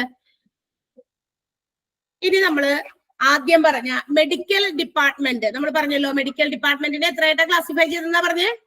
മെഡിക്കൽ ഡിപ്പാർട്ട്മെന്റിനെ ബ്രോഡായിട്ട് രണ്ടെണ്ണം ാണ് ക്ലാസിഫൈ ചെയ്തത്. അതിന്റെ എന്തായിരുന്നു പേര്? IPD and OPD.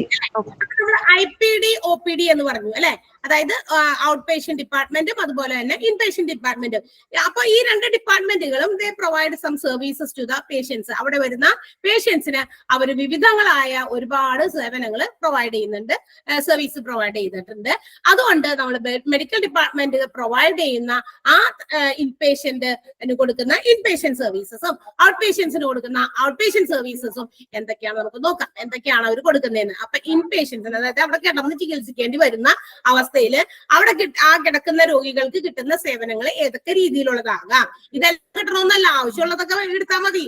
ഇത് ഇൻപേഷ്യന്റ് ഏത് അസുഖവുമായിട്ടാണോ വരുന്നത് അവർക്ക് കിട്ടേണ്ട കെയറിങ്, അവർക്ക് കിട്ടേണ്ട സേവനങ്ങൾ എന്തൊക്കെയാണ് അവർ പ്രൊവൈഡ് ചെയ്യുന്ന സേവനങ്ങൾ എന്ന് കൊടുത്തിട്ടുണ്ട്. കണ്ടല്ലോ നിങ്ങൾ ടേബിൾ കണ്ടല്ലോ. രണ്ട് ക്ലാസിഫിക്കേഷൻസ് കൊടുത്തിട്ടുണ്ട്, in patient services and out patient services എന്ന് പറഞ്ഞിട്ട് രണ്ട് ക്ലാസിഫിക്കേഷൻസ് കൊടുത്തിട്ടുണ്ട്.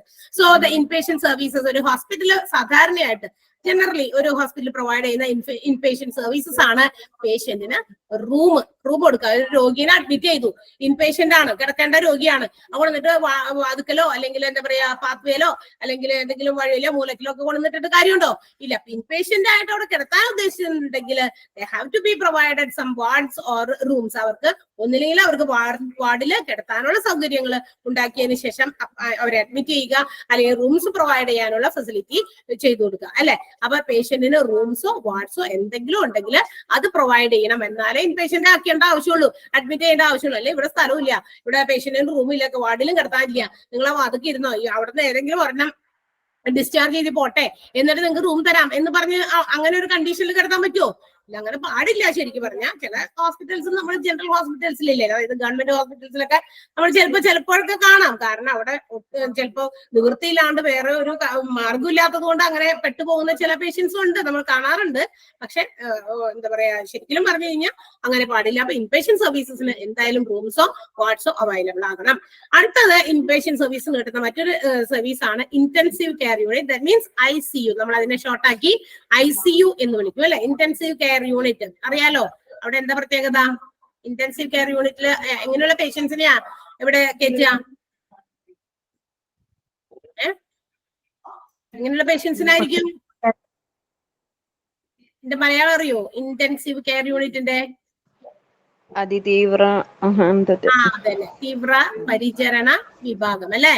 അതായത് കൂടുതൽ കെയർ കിട്ടേണ്ടവര്, അതായത് വളരെയധികം ഓരോന്നും അവരുടെ കൂടെ തന്നെ ഒരു നഴ്സോ അല്ലെങ്കിൽ രണ്ട് നഴ്സോ ഒക്കെ എന്തായാലും മസ്റ്റ് ആയിട്ട് അവരെ വാച്ച് ചെയ്യാൻ, അവരെ നോക്കാനും നഴ്സ് ചെയ്യാനൊക്കെ ഉണ്ടാകണം. അവിടെ കൂടുതൽ നല്ല കെയർ കൊടുക്കാൻ വേണ്ടിയിട്ട് ഇട്ടിരിക്കുന്ന ആളുകളാണ്. അപ്പൊ അങ്ങനെയുള്ള ഒരു യൂണിറ്റ് എന്തായാലും ഒരു ഹോസ്പിറ്റലിൽ ഉണ്ടാകണം. കാരണം എമർജൻസി സിറ്റുവേഷൻസിൽ ഏതെങ്കിലും രോഗി എന്താ പറയാ മരണത്തോട് മല്ലിടുന്ന സമയത്തൊക്കെ കെട്ടുന്ന സ്ഥലമാണല്ലോ. അപ്പൊ അതുകൊണ്ട് അവർക്ക് കൂടുതൽ പരിചരണം ആവശ്യമുള്ള ഒരു കെയറിങ് കൊടുക്കേണ്ട ഒരു സ്ഥലമാണ്. അതുകൊണ്ട് അത് വേണം ഒരു ഹോസ്പിറ്റലിൽ.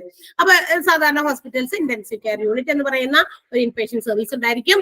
Operation theatres, in necessary conditions ഏതെങ്കിലും രീതിയിൽ ഓപ്പറേഷൻസ് ഒക്കെ നടത്തേണ്ടി വരികയാണെങ്കിൽ അതിന് വേണ്ടിയിട്ടുള്ള സൗകര്യങ്ങളും ഒരു ഇൻപേഷ്യന്റ് സർവീസസ് പ്രൊവൈഡ് ചെയ്യുന്നതാണ്. ലേബർ റൂംസ്, അതായത് പ്രസവ എന്താ പറയാ ചികിത്സക്കൊക്കെ വരുമ്പോ എന്തായാലും അവരെ അങ്ങനെയുള്ള പേഷ്യൻസിനെ ട്രീറ്റ് ചെയ്യുന്നുണ്ടെങ്കിൽ അതിന് വേണ്ടിയിട്ട് റൂംസ് എന്തായാലും വേണം. സാധാ റൂമുകളോ ഒക്കെ കൊടുത്താൽ പോരാ, ഇവർക്ക് വേണ്ടിയിട്ട് പ്രത്യേകമായിട്ട് ലേബർ റൂംസ് വേണം. പിന്നെ മെറ്റേണിറ്റി വാർഡ്സ്, അതായത് അമ്മ എന്താ പറയാ കുട്ടിയും അമ്മയൊക്കെ ആയിട്ട് മാറിക്കഴിഞ്ഞ് കഴിയുമ്പോൾ, രണ്ടായി കഴിഞ്ഞ് കഴിയുമ്പോൾ അവറ്റകളൊക്കെ എന്താ പറയാ അവർക്കൊക്കെ ശുശ്രൂഷിക്കാനോ അല്ലെങ്കിൽ അവർക്ക് വേണ്ടിയിട്ട് പ്രത്യേകം വാർഡുകൾ. കാരണം എന്ന് വെച്ചാൽ മറ്റു രോഗികളുമായിട്ടുള്ള ആളുകൾ വന്ന് കിടക്കുമ്പോൾ ഇവിടെ കുട്ടിയുമായിട്ടാണ്, കൊച്ചുകുട്ടികളാണ്, അപ്പൊ അവർക്ക് ഇൻഫെക്ഷൻസ് കൂടുതൽ വരാൻ സാധ്യതയുണ്ട്. പിന്നെ എന്താ പറയാ ബ്ലീഡിങ് എന്താ പറയാ അങ്ങനെയൊക്കെ ഫീഡ് ചെയ്യണം ഇവരെ, അങ്ങനെയുള്ള കാര്യങ്ങളൊക്കെ ഉള്ളത് കൊണ്ട് എന്താണ് ഇവർക്ക് പ്രത്യേകം ഒരു പരിഗണനയും അതുപോലെ തന്നെ അവർക്ക് പ്രത്യേക അതിനുള്ള സീക്രസി ആയിട്ടുള്ള റൂംസ് ഒക്കെ അവൈലബിൾ ആയിരിക്കും. അതിന് വേണ്ടിയിട്ടുള്ള മെറ്റേണിറ്റി വാർഡുകൾ ഇൻപേഷ്യന്റ് സർവീസസിൽ പ്രൊവൈഡ് ചെയ്യണം എന്നുള്ളതാണ്. അപ്പൊ these are the inpatient services provide ചെയ്യുന്ന ഹോസ്പിറ്റലിൽ. ഇപ്പൊ ഹോസ്പിറ്റലിൽ കൊടുക്കുന്ന ഇൻപേഷ്യന്റ് സർവീസ് ആണ് നമ്മളിപ്പോ പറഞ്ഞത്. ഇനി എന്തൊക്കെയായിരിക്കും out patient services? Out patient services എന്തൊക്കെയായിരിക്കും? കാഷ്വാലിറ്റി അല്ലെ, പെട്ടെന്ന് നമ്മൾ എന്തെങ്കിലും എമർജൻസി കേസസിലൊക്കെ വന്നുകൊണ്ടുവന്ന് എന്താ പറയാ ചിലപ്പോൾ ആക്സിഡൻസ് ആകാം, അല്ലെങ്കിൽ എന്താ പറയാ രാത്രിയിലൊക്കെ. ഇപ്പൊ കാഷ്വാലിറ്റി എപ്പോഴും പ്രവർത്തിക്കുന്ന ഒരു സ്ഥലമാണ്. 24 hours റൗണ്ട് ക്ലോക്കിലായിരിക്കും ഒരു കാഷ്വാലിറ്റി വിഭാഗം പ്രവർത്തിക്കുക. രാത്രിയിലൊക്കെ ഡോക്ടേഴ്സ് ഒക്കെ ഡ്യൂട്ടി ഒക്കെ കഴിഞ്ഞു കഴിഞ്ഞാൽ ചിലപ്പോൾ ഡ്യൂട്ടി ഡോക്ടേഴ്സ് ഒക്കെ കാണിക്കുകയാണെങ്കിൽ നമ്മൾ ആദ്യം വന്ന് അവിടെ എന്താ പറയാ ചീട്ട് എഴുതുന്ന ഇതൊക്കെ ക്ലോസ് ചെയ്തിട്ടുണ്ടാകും അല്ലെ. അപ്പൊ നമ്മൾ കാഷ്വാലിറ്റിയിൽ വന്നിട്ടായിരിക്കും കൊടുക്കുക, പേര് കൊടുത്തിട്ട് ഡ്യൂട്ടി ഡോക്ടേഴ്സിനെ ഒക്കെ കാണിക്കപ്പോ എമർജൻസി ആയിട്ട് എന്തായാലും അങ്ങനെയുള്ള പേഷ്യൻസിന് പോകേണ്ട സ്ഥലമാണ്. അപ്പൊ ഔട്ട് പേഷ്യന്റ് സർവീസ് തന്നെയാണ്. കാർഡിയോളജി, ഹാർട്ടുമായി ബന്ധപ്പെട്ട രോഗങ്ങൾക്ക് നമ്മൾ ചികിത്സയ്ക്ക് വേണ്ടിയിട്ട് വരുന്ന ഒരു ഡിപ്പാർട്ട്മെന്റിൽ ആവശ്യമുള്ളതാണ്. പിന്നെ ഡെർമറ്റോളജി, എന്തായിരിക്കും ഡെർമറ്റോളജി കേട്ടോ? കാർഡിയോളജി സ്കിൻ പ്രോബ്ലംസ്, സ്കിന്നുമായി ബന്ധപ്പെട്ടത്, ഹെയറുമായി ബന്ധപ്പെട്ടത്, നെയിൽസുമായി ബന്ധപ്പെട്ടത്, അങ്ങനെ പലതരത്തിലുള്ള എന്താ പറയാ നമ്മളുടെ എന്താ പറയാ കോസ്മെറ്റിക് പ്രോബ്ലംസ് ഇന്ന് ഏറ്റവും കൂടുതൽ അതിനാണ് ഇവിടെ ഡെർമറ്റോളജിയിൽ കൂടുതൽ ചികിത്സയുള്ളത്. കൂടുതൽ എന്താ പറയാ പ്രൈസിങ്, അതായത് കൂടുതൽ വില കൊടുക്കേണ്ടി വരുന്നതും ഇത്തരം എന്താ പറയാ കോസ്മെറ്റിക് പ്രോബ്ലംസിനൊക്കെയാണ്.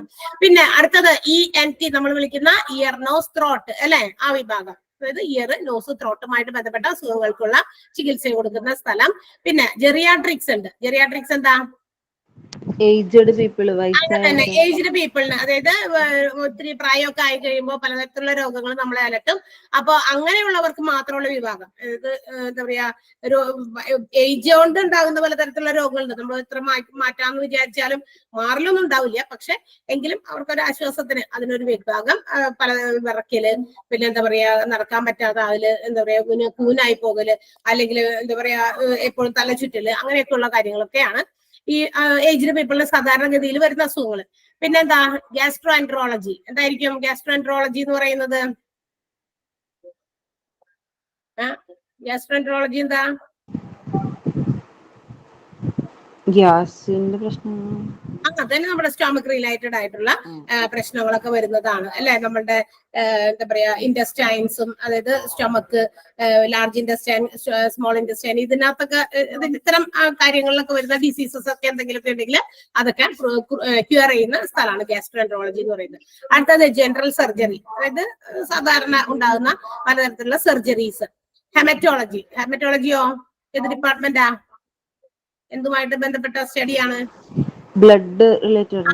ബ്ലഡ് റിലേറ്റഡ് ആയിട്ടുള്ള ബ്ലഡ് വെസൽസും ഒക്കെ ആയിട്ട് ബന്ധപ്പെട്ടിട്ടുള്ള ഒരു എന്താ പറയാ വിഭാഗമാണ് ഹെമറ്റോളജി. അപ്പൊ നമ്മുടെ ബ്ലഡിനകത്ത് ഉണ്ടാകുന്ന ചില തരത്തിലുള്ള ഇൻഫെക്ഷൻസ് ആകാം, ബ്ലഡ് വെസൽസിൽ വരുന്ന ഇൻഫെക്ഷൻസ് ആകാം, പ്രോബ്ലംസ് ആകാം, ഇതൊക്കെ ട്രീറ്റ് ചെയ്യുന്ന സ്ഥലമാണ്. ഒബ്സ്റ്റെട്രിക്സ് ആണ് അടുത്തത്. ഒബ്സ്റ്റെട്രിക്സ് എന്താണ് കേട്ടോ? ചൈൽഡ് ബർത്തിന് ശേഷമുള്ള, അതായത് എന്താ പറയാ ചൈൽഡ് ബർത്ത്, പിന്നെ എന്താ പറയാ നമ്മളുടെ പ്രഗ്നൻസി പീരീഡ്, പിന്നെ എന്താ പറയാ പോസ്റ്റ് മോർട്ടം പീരീഡ്, പ്രസവ ശേഷമുള്ള കാര്യങ്ങൾ, ചികിത്സകള്, മറ്റു കാര്യങ്ങളൊക്കെ ഇന്ന് അതും വലിയ ഒരു വൈഡ് റേഞ്ച് ഓഫ് ഒരു മേഖല തന്നെയാണ്. ഇപ്പൊ പ്രസവ ശേഷമൊക്കെ പണ്ടൊക്കെ എന്ന് പറയുന്ന വീടുകളിൽ തന്നെയാണ് ഇതിനെ കുറിച്ചുള്ള ചികിത്സകളൊക്കെ കൊടുക്കുക അല്ലെ. ഓരോ പെൺമക്കൾക്കൊക്കെ അമ്മമാര് കൊണ്ടുപോയി നന്നായിട്ട് ചികിത്സിക്കുകയൊക്കെ ചെയ്യും അല്ലെ. പക്ഷെ ഇന്ന് അതിന് വേണ്ടിയിട്ട് മാത്രമായിട്ട് വിഭാഗം തന്നെ പ്രവർത്തിക്കുന്നുണ്ട്. പല വലിയ വലിയ മൾട്ടി സൂപ്പർ സ്പെഷ്യാലിറ്റി ഹോസ്പിറ്റൽസിലൊക്കെ അതിന് പ്രത്യേകം കാശ് കൊടുത്താൽ മതി. അതായത് എങ്ങനെയായിരുന്നു നേരത്തെ ഉണ്ടായിരുന്നത് അവരെ ആ ഫിഗറിങ് തന്നെ, അതായത് അവരുടെ സ്ട്രക്ചറൽ ബോഡി, ഫിസിക്കൽ ബോഡി അപ്പിയറൻസിലൊക്കെ എന്താ പറയാ ഷേപ്പ്ലെസ് ആകുമല്ലോ അന്നേരമൊക്കെ. അപ്പൊ അതൊക്കെ മാറ്റി അവരെ പഴയ സ്റ്റേജിലേക്ക് തന്നെ കൊണ്ടുവരാൻ, അതായത് അവരുടെ സൗന്ദര്യമൊക്കെ കാത്തു സൂക്ഷിക്കാൻ വേണ്ടിയിട്ടൊക്കെ ഉള്ള ഒരു വിഭാഗം. അപ്പൊ പ്രസവാനന്തരം ഉണ്ടാകുന്ന പല കാര്യങ്ങൾക്കുള്ള ചികിത്സ കേട്ടോ. അപ്പൊ അതൊക്കെ നടത്തുന്ന ഒരു സ്ഥലമാണ് ഒബ്സ്റ്റെട്രിക്സ് എന്ന് പറഞ്ഞാൽ. പീഡിയാട്രിക്സ് എന്താണ്? പീഡിയാട്രിക്സ് ചെറിയ കുട്ടികളുടെ അതെ, കുട്ടികൾക്ക് വേണ്ടിയിട്ടുള്ള ചികിത്സകൾ കൊടുക്കുന്ന ഒരു വിഭാഗമാണ്. ന്യൂറോളജിയോ? ഹെഡ്. ന്യൂറോളജി നമ്മുടെ നെർവസ് സിസ്റ്റത്തിന്റെ ബാധിക്കുന്ന പ്രോബ്ലംസ് ഒക്കെ അല്ലെ, നെർവസ് സിസ്റ്റം ഞരമ്പുകളുമായിട്ടൊക്കെ ബന്ധപ്പെട്ടിട്ടുള്ള ഏതെങ്കിലും തരത്തിലുള്ള രോഗങ്ങൾക്ക്. പിന്നെ അടുത്തത് ഓങ്കോളജി. ഓങ്കോളജി ക്യാൻസർ ഡിസീസസ് ആയിട്ടുള്ള ക്യാൻസർ, പലതരത്തിലുള്ള ക്യാൻസേഴ്സ് ഒക്കെ ഉണ്ട്. അതിന് വേണ്ടിയിട്ടുള്ള ട്രീറ്റ്മെന്റ് കൊടുക്കുന്ന ഒരു ഡിപ്പാർട്ട്മെന്റ് ആണ്. മറ്റൊന്നാണ് ഒഫ്താൽമോളജി. ഒഫ്താൽമോളജിയോ? Ophthalmology diagnosis and treatment of disorders of eye അല്ലെ. നമ്മുടെ കണ്ണുമായിട്ട് ബന്ധപ്പെട്ടിട്ടുള്ള കണ്ണിന്റെ പലതരത്തിലുള്ള ഡിസോർഡേഴ്സ്, കണ്ണിന് ചൊറിച്ചിലാകാം, മാന്തലാകാം, അല്ലെങ്കിൽ കണ്ണിന്റെ എന്താ പറയാ സ്ട്രക്ചർ മാറിയിരിക്കുക, ഷേപ്പ്, എന്താ പറയാ നമ്മളുടെ കണ്ണ് വിഷൻ കറക്റ്റ് ആകാതിരിക്കുക, അങ്ങനെയുള്ള കാര്യങ്ങൾക്കൊക്കെ ഉള്ള ട്രീറ്റ്മെന്റ് മനസ്സിലാക്കി ട്രീറ്റ്മെന്റ് കൊടുക്കുന്ന സ്ഥലമാണ് ഒഫ്താൽമോളജി. അപ്പൊ ഔട്ട് പേഷ്യന്റില് വരുന്ന സേവനങ്ങൾ, സർവീസസ് ആണ് ഒരു ഹോസ്പിറ്റലിലെ ഔട്ട് പേഷ്യന്റിൽ വരുന്ന, മെഡിക്കൽ ഡിപ്പാർട്ട്മെന്റിൽ വരുന്ന സേവനങ്ങളാണ് കാഷ്വാലിറ്റി, കാർഡിയോളജി. അത് ആ വേർഡും ഇതേപോലെ തന്നെ നേരത്തെ ഞാൻ പറഞ്ഞതുപോലെ തന്നെ വേർഡ് എന്തുമായിട്ട് കണക്ട് ചെയ്യുന്നു എന്ന് മനസ്സിലാക്കി വെക്കുക. കാഷ്വാലിറ്റി 24 hours എമർജൻസി സിറ്റുവേഷൻസിൽ നമ്മൾ തുറന്നു വെക്കേണ്ട ഒരു ഡിപ്പാർട്ട്മെന്റ് ആണ്. Cardiology which is related to the problems of the heart, dermatology related to the problems of skin, ear nose throat അതുമായിട്ട് തന്നെ ബന്ധപ്പെട്ടതാണ്. പിന്നെ ജെറിയാട്രിക്സ് ഓൾഡ് ഏജ് പീപ്പിളിന് വരുന്ന രോഗങ്ങളുമായി ബന്ധപ്പെട്ടതാണ്. ഗ്യാസ്ട്രോഎൻട്രോളജി നമ്മുടെ സ്റ്റൊമക്ക് ഇൻറ്റസ്റ്റൈൻസ് റിലേറ്റഡ് ആയിട്ടുള്ള പ്രോബ്ലംസ് ആണ്. ജനറൽ സർജിക്കൽ ട്രീറ്റ്മെന്റുകളാണ്. ഹെമറ്റോളജി ബ്ലഡ് റിലേറ്റഡ് ആയിട്ടുള്ള problems. Obstetrics child birth, pregnancy, അതൊക്കെയാണ്. പിന്നെ എന്താ പറയാ ആഫ്റ്റർ ചൈൽഡ് ബർത്ത് ഉണ്ടാകുന്ന ട്രീറ്റ്മെന്റുകൾ. പീഡിയാട്രിക്സ് കുട്ടികൾക്ക് കൊടുക്കുന്ന ട്രീറ്റ്മെന്റ് ആണ്. ന്യൂറോളജി നെർവ് സിസ്റ്റത്തിനെ ട്രീറ്റ് ചെയ്യുന്നതാണ്. ഓങ്കോളജി ക്യാൻസർ ട്രീറ്റ്മെന്റ് ആണ്. Ophthalmology problems related to the disorders of eye ആണ്. അപ്പൊ ഇത്രയും ഔട്ട് പേഷ്യന്റ് സർവീസസും ഒരു മെഡിക്കൽ ഡിപ്പാർട്ട്മെന്റിന്റെ ഔട്ട് പേഷ്യന്റ് സർവീസസിൽ പ്രൊവൈഡ് ചെയ്യുന്നതാണ്. അപ്പൊ രണ്ടായിട്ടാണ് മെഡിക്കൽ ഡിപ്പാർട്ട്മെന്റിനെ തരംതിരിച്ചിരിക്കുന്നത്. IPDയും OPDയും അവർ കൊടുക്കുന്ന സർവീസസ് ആണ് നമ്മളിപ്പോ പറഞ്ഞത്. ജസ്റ്റ് ഒന്ന് നോക്കിയ ഓരോന്നും ആ ടേബിള്.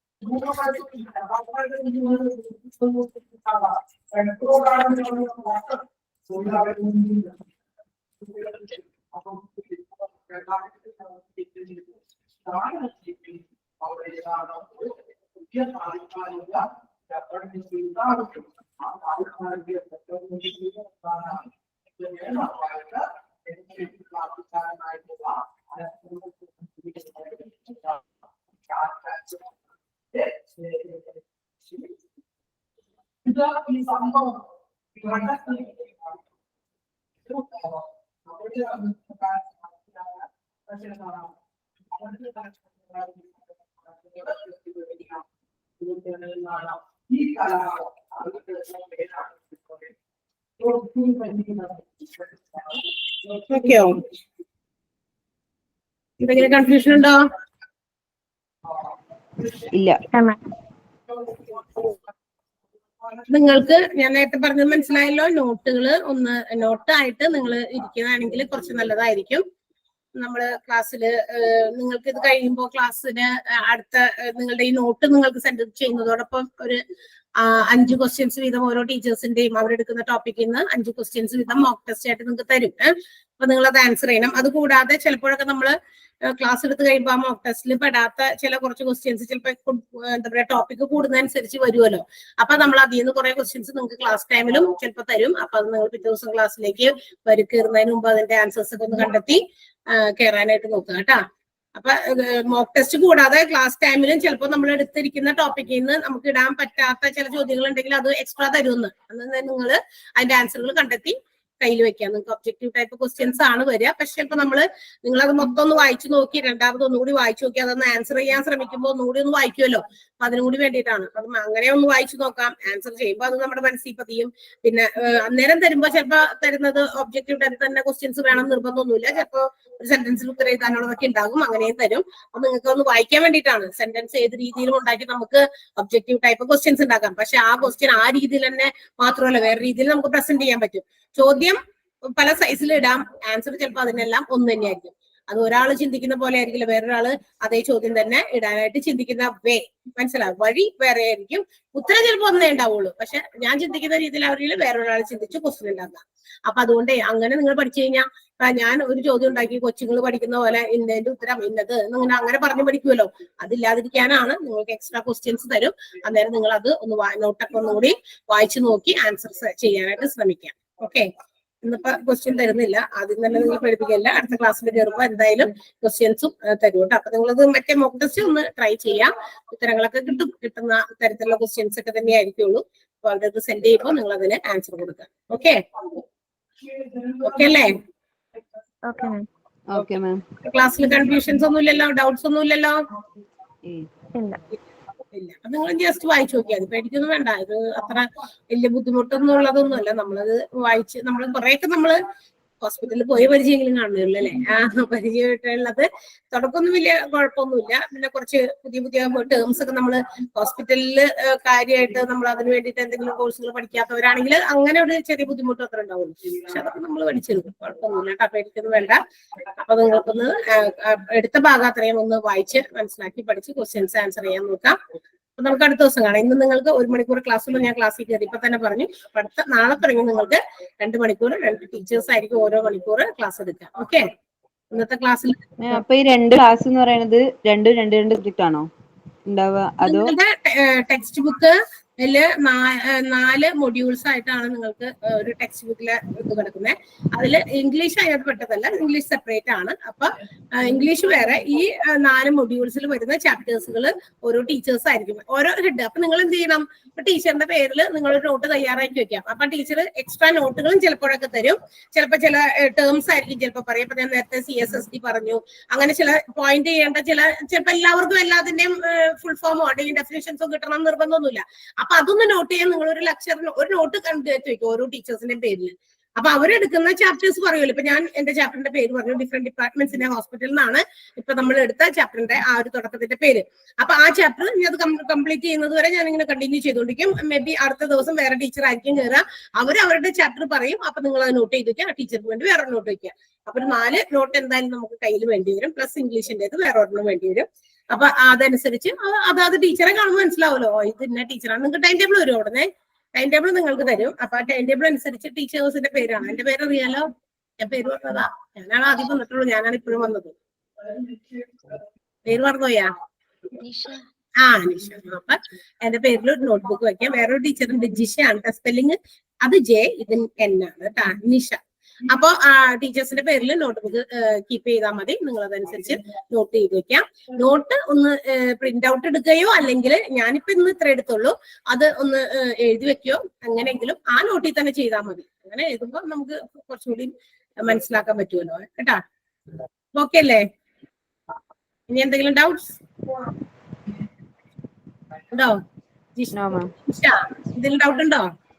നാളെ ഇതേ ടൈം തന്നെ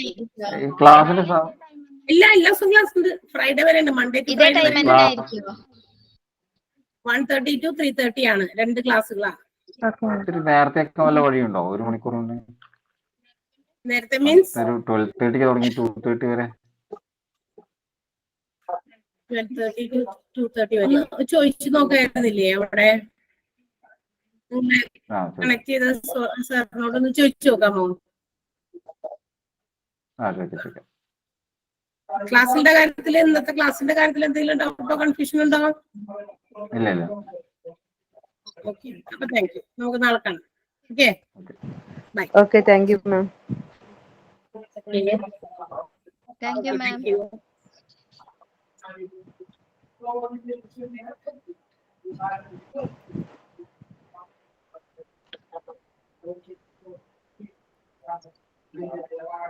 Okay.